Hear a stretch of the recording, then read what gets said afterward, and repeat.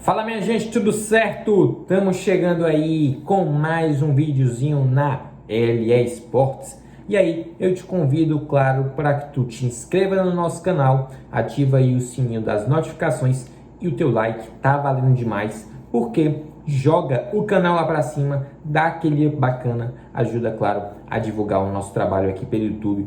Não esquece de compartilhar esse conteúdo aí com os teus amigos, com a tua família e deixar aqui embaixo a tua dica, a tua crítica, a tua sugestão, o teu comentário geral, a tua participação geral é muito importante para todos nós, beleza? No vídeo de hoje nós iremos falar sobre notícias do Corinthians, notícias do Timão aqui no canal, mas vou focar, né, principalmente na situação do atacante Jô. A gente vai dissecar o que aconteceu, o porquê e principalmente quais são as consequências disso para a equipe do Corinthians, tá? O prosseguimento, no caso, da temporada do Timão, no que isso interfere sem dúvida nenhuma, tá?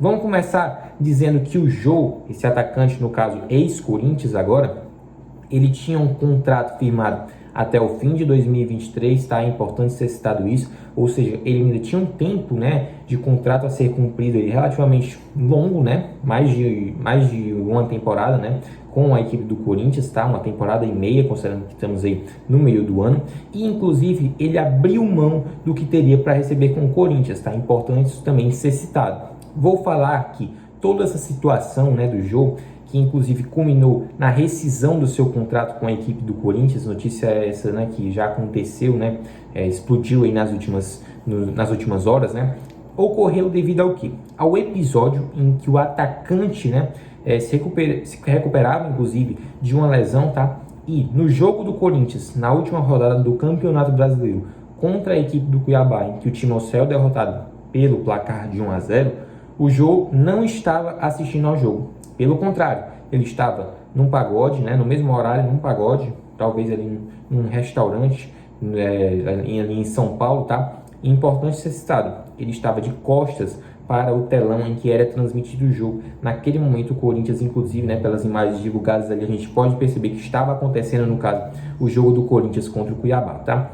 E não só bastasse isso, né, o Jô podendo estar em casa, se recuperando da sua lesão e tal, ainda tendo, né, esse jogo importante do Corinthians contra o Cuiabá, em que o Timão não conseguiu vencer e acabou perdendo a liderança com o desenrolar da rodada, não bastou isso, o Jô também faltou ao treino no dia seguinte. Então, são dois fatores. Um deles, no caso, ter faltado ao treino, e o outro, durante o jogo, estar num pagode. Então, a diretoria do Corinthians se movimentou e aconteceu o seguinte.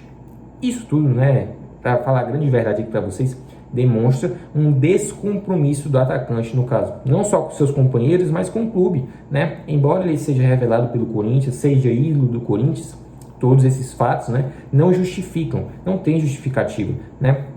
E eu vou falar que, de acordo com as palavras do próprio diretor, né, do Corinthians, o Roberto de Andrade, ficou um ambiente insustentável para o jogo. E aí os seus representantes foram lá junto do presidente do Ilho para poder negociar a rescisão do contrato, e ocorreu, no caso, uma rescisão amigável. O Jô não é mais jogador do Corinthians, tá? Agora a gente fala, já falamos o porquê disso, né? A gente abordou há pouco. Agora nós vamos pautar, né, o nosso debate aqui, a nossa análise, as consequências dessa ação para o Corinthians, tá? Inclusive, eu gostaria de ressaltar que essa decisão da rescisão partiu, né, do próprio jogador, do Jô, e inclusive ele, né, por meio ali da sua assessoria de imprensa, destacou de que não vai se aposentar. Vai, no caso, ter ali um período de descanso e tal, e vai ouvir propostas dos clubes e tal. O Jô pretende continuar atuando no futebol, beleza?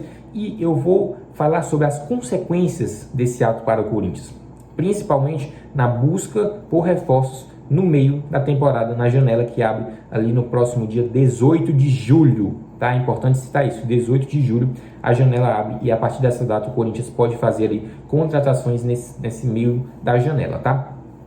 Mas o que o Corinthians se pauta, né, para buscar reforços? Existem duas projeções, digamos assim. Temos o mercado interno, temos o mercado externo. O que baseia-se, no caso, o mercado interno? Tem jogadores que já estão atuando pelos clubes, tá? E o que é importante ser citado? A maioria deles já estourou o limite de jogos do Campeonato Brasileiro. Então não podem já atuar pelo Corinthians nesta edição. Então isso já é um ponto negativo, tá? Já os jogadores do mercado externo, alguns deles com o contrato, né, se encerrando nos próximos meses, ou já com contratos encerrados, o que é o principal empecilho? As altas cifras que o time não vai ter que investir para contratar esses jogadores. Claro, saiu o jogo da folha do Corinthians, dá um alívio, beleza, mas nada se compara ao padrão europeu, ainda mais com a valorização do euro em comparação à nossa moeda, que é o real, tá? E eu vou falar o seguinte: o Corinthians sondou recentemente Cavani, sondou recentemente o Suárez também, Diego Costa, tá? São grandes centroavantes do futebol mundial, tá? E que tem uma passagem, né, de sucesso pelo futebol europeu, digamos assim.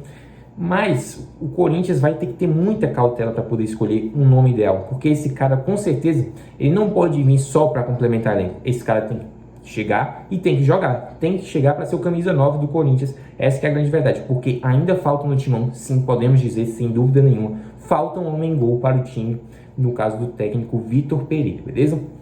E ocorre, né, também ao longo desses próximos meses da equipe do Corinthians, a definição do futuro de muitos dos emprestados, alguns deles, no caso, o Madison, o Léo Natel, o Ramiro, o Matheus Vital e também o Bruno Mendes, tá? E vamos falar sobre as opções, no caso de centroavantes que o Corinthians tem. No momento é o Júnior Moraes, tá? O cara que é o camisa 9, centroavante. Mas a gente já viu, né, pela pouca amostragem do Júnior Moraes, que ele se demonstra um jogador muito, muito, muito limitado. Bem longe das expectativas, né, do torcedor e tal. Tudo bem, o Júnior Moraes não se compara ao que especulou-se, né, Suárez, Cavani, Diego Costa e tal, mas ele tem uma carreira de relativamente sucesso lá no Shakhtar, né, tudo bem, é a Liga da Ucrânia, é uma liga de menor expressão, não tá no top 5, né, das principais ligas ali do futebol europeu, mas sim, o Shakhtar é um time que tem ali a sua importância no cenário europeu, tá? Tem como característica, né, a presença de muitos jogadores que já atuaram no futebol brasileiro, tá? E também está constantemente na Liga dos Campeões, tá? A principal competição de clubes do mundo, tá? E eu vou dizer para vocês que não só o Júnior Moraes, eu também tenho os jogadores da base, como o caso do Giovani, do Felipe Augusto, mas são dois garotos, né, gente? A gente não pode queimar esses caras assim, atribuir aí tamanha responsabilidade a dois caras que ainda estão em lapidação sem dúvida nenhuma. E uma outra opção, no caso, é o Roger Guedes. O Roger Guedes vem atuando, no caso, como camisa 9, né, pelo Vitor Pereira, vem sendo escalado assim. Ele já falou que prefere atuar pela ponta esquerda. Inclusive, nós aqui da LA Sports também já defendemos o Roger Guedes atuando pelo lado esquerdo do campo, porque é lá onde ele rende mais, sem dúvida nenhuma. Mas a verdade é, hoje o Corinthians não tem um camisa 9, como tem, por exemplo, o São Paulo, tem um Calheri, como tem, por exemplo, o Atlético Mineiro, que é o Hulk, como é o Flamengo, que tem um Gabigol, tem um Pedro.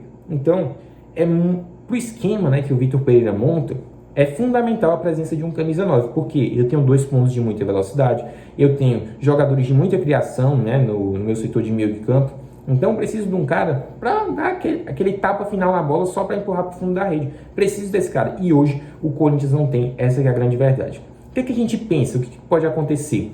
O Vitor Pereira, ele pode, caso não venha o centroavante que se espera, ou o centroavante até que se espera venha, mas ele não renda, né, aquilo que são as expectativas, no caso, ele pode pegar muito bem o exemplo do seu compatriota Abel Ferreira.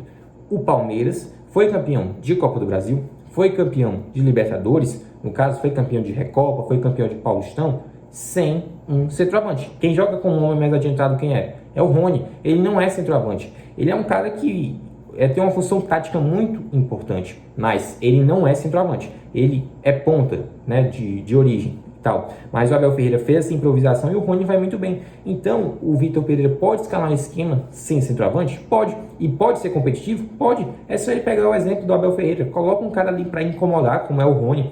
Embora ele não seja esse goleador nato, né? Tem momentos importantes que ele aparece. Ele é um cara que, como a gente já falou, taticamente é fundamental para a equipe alviverde. Então, o Vitor Pereira pode muito bem se espelhar no seu rival. Não tem problema nenhum. O que importa mesmo para o torcedor do Corinthians nesse momento é que o time seja competitivo, né, com ou sem camisa 9 e que ganhe títulos. Isso mesmo é o que o torcedor está atrás. Se vai copiar e tal, não está absolutamente nem aí. Quer saber é de títulos, de vitórias, né, que é isso que o Corinthians merece pela grandeza no caso do clube, tá? Vou falar para vocês ainda sobre o histórico do Jô, tá? O Jô é um filho do terrão, tá? Cria da base do Corinthians, estreou profissionalmente em 2003, tá? Um dos jogadores mais jovens na história do Corinthians a estrear, tá? Pelo clube.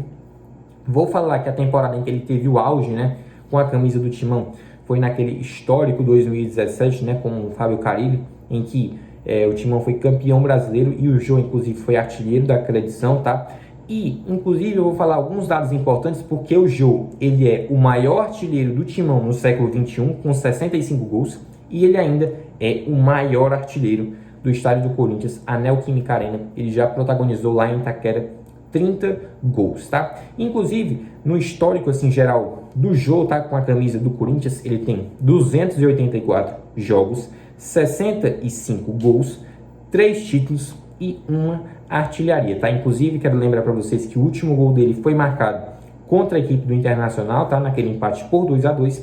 E no último jogo dele, ele saiu, no caso, lesionado, foi naquele jogo contra o Always Ready, pela 6ª rodada, no caso, da fase de grupos da Libertadores, que terminou empatado por 1-1 também na Neoquímica Arena, tá? Então a gente repercute aqui notícias do Corinthians, mas focando nessa situação do jogo, falamos o porquê, né, como aconteceu isso e, no caso, o desenrolar dessa situação, as consequências, né, dessa rescisão contratual do Corinthians com o Jô para a sequência do Timão, no caso, na temporada, tá? Então, se você gostou desse vídeo, se você gostou desse conteúdo, curte, comenta, compartilha aí com os teus amigos, com a tua família. Não canse de ressaltar a importância do teu like para jogar o canal lá para cima. Dá aquele up bacana, ajuda, claro, a divulgar o nosso trabalho aqui pelo YouTube, beleza? Não esquece também de compartilhar esse conteúdo com os teus amigos, com a tua família e deixar aqui embaixo a tua opinião, a tua dica, a tua crítica, a tua sugestão. O Timão fez o certo com o jogo? Deixa aqui embaixo a tua opinião, teu comentário geral, tá? Te convido para que tu conheça o nosso canal LE Esportes. A gente está sempre postando vídeos sobre futebol nacional, futebol internacional, trazendo informações, análises, estatísticas, curiosidades para o fã de esporte. Por falar em fã de esporte, grande abraço, grande beijo para todos os fãs de esporte da LE Esportes. Mais uma vez, falando de Corinthians, falando de Timão aqui no canal. Até nosso próximo vídeo, galera. Valeu!